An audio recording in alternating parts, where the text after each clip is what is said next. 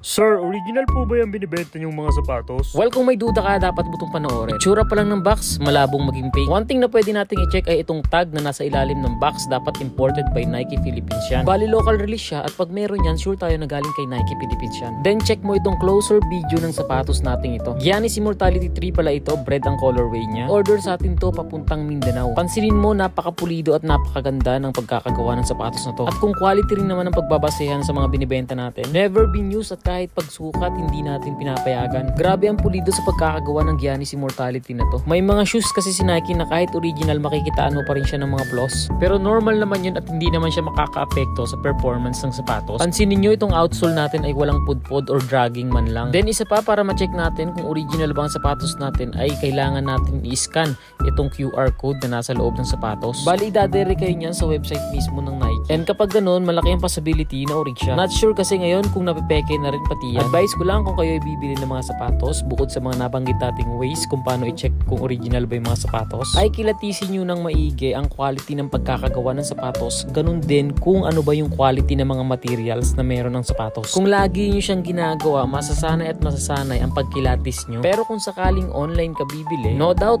MU Sportswear or Makis Kicks, original lahat ng binibenta nating sapatos. Magdududa ka pa ba kung meron tayong less than 4,000 followers plus 5-star rating tayo at meron tayong 280 plus reviews? Paano pa kung malaki ang puhunan natin at marami tayong stock? Baka hindi lang yan na makikita mo.